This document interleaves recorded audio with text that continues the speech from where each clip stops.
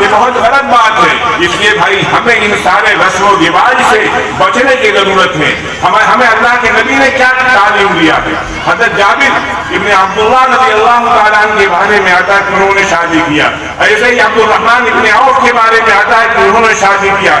آپ صلی اللہ علیہ وسلم مدینہ کے اندر موجود ہیں لیکن آپ صلی اللہ علیہ وسلم کو نہیں بتایا کہ ہماری شادی ہو رہی. آپ صلی اللہ علیہ وسلم سے حضرت جابر نے خود بتایا کہ اللہ کے رسول میں نے شادی کیا ہے. حضرت عبد الرحمن ابن عوف نے خود بتایا حضرت عبد الرحمن ابن عوف کے کپڑے پر زرد رنگ لگا ہوا تھا, پیلا رنگ لگا ہوا تھا ان کے کپڑے پر.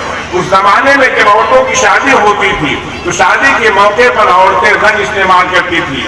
وہ جب مرد اور عورت کا اختلاط ہوتا تو ایسے موقع پر وہ رنگ مردوں کے کپڑے میں لگ جایا کرتا تھا.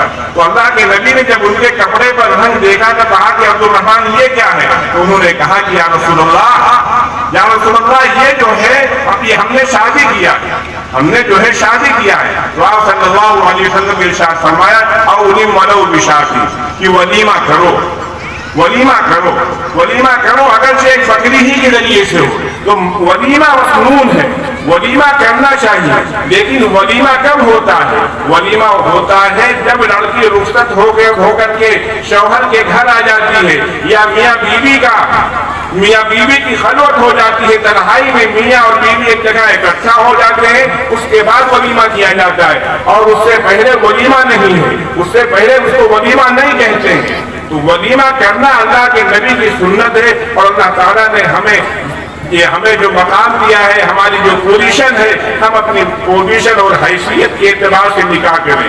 تو ہمیں جو ہے اپنی حیثیت اور پوزیشن کے اعتبار سے ولیمہ کرنا چاہیے. تو ہمارا حال کیا ہوتا ہے کہ جب بارات لے کے جاتے ہیں تو دھوم دھڑکے سے لے کے جاتے ہیں, گانا باجا کے ساتھ لے کر کے جاتے ہیں, رسم و رواج کے ساتھ جاتے ہیں اور وہاں آرڈر کرتے ہیں کہ کھانا ہمیں ایک نمبر کا چاہیے, یہ کھانا چاہیے. لیکن جب ولیمہ کرنے کا نمبر آتا ہے تو اکثر جگہوں میں یہی دیکھنے میں آیا کہ ولیمہ میں ایک ہی سالن ہوتا ہے, باراتیوں کے لیے کھانا الگ بنتا ہے.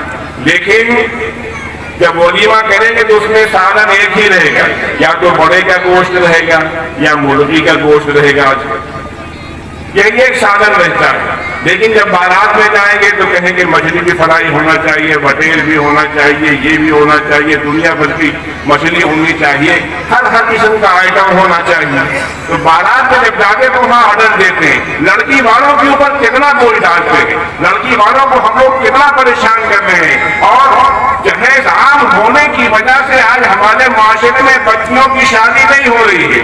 اور یہیں پہ ہم ایک چیز اور بتا دیں کہ ہمارے یہاں جب شادی ہوتی ہے تو شادی کے موقع پر نیوتا لوگ لکھاتے ہیں, نیوتا جو ہے لوگ جمع کرتے ہیں. بلکہ جہاں پر شادی ہوتی ہے شادی ہال کے باہر جو ہے صاحب بیٹھے رہتے ہیں, وہ ایک رجسٹر لیے رہتے ہیں, اس میں نام درج کیا جاتا ہے اور اس میں لوگ لکھاتے ہیں کہ ہم نے کتنا پیسہ دیا.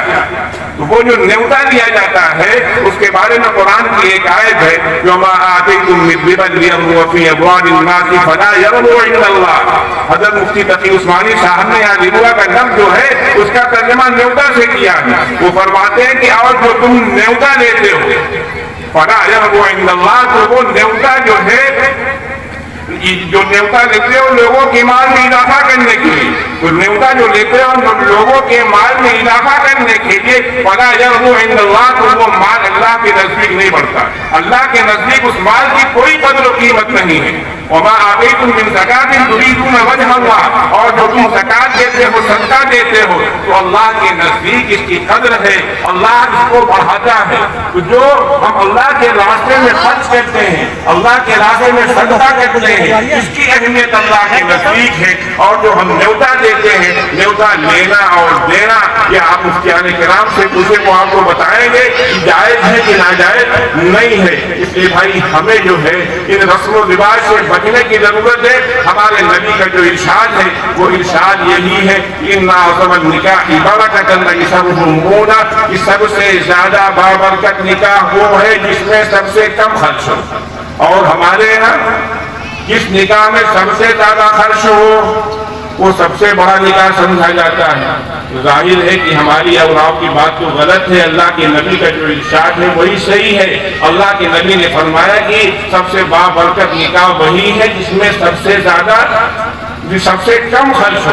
اس لیے بھائی ہم نکاح کو آسان کریں, نکاح کے اندر سادگی پیدا کریں, نکاح کو ہم سنت کے مطابق کریں, نکاح کو ہم مسجد کے اندر کریں, اور نکاح کا جو مقصد ہے اس مقصد کی ہم تکمیل کریں. آج ہمارا حال یہ ہے کہ آپ لوگ ممبئی شہر میں رہتے ہیں اور بہت سے اپنے علاقے کے جو لوگ آپ شہروں میں جائیے آپ کو پتہ چلے گا کہ لوگ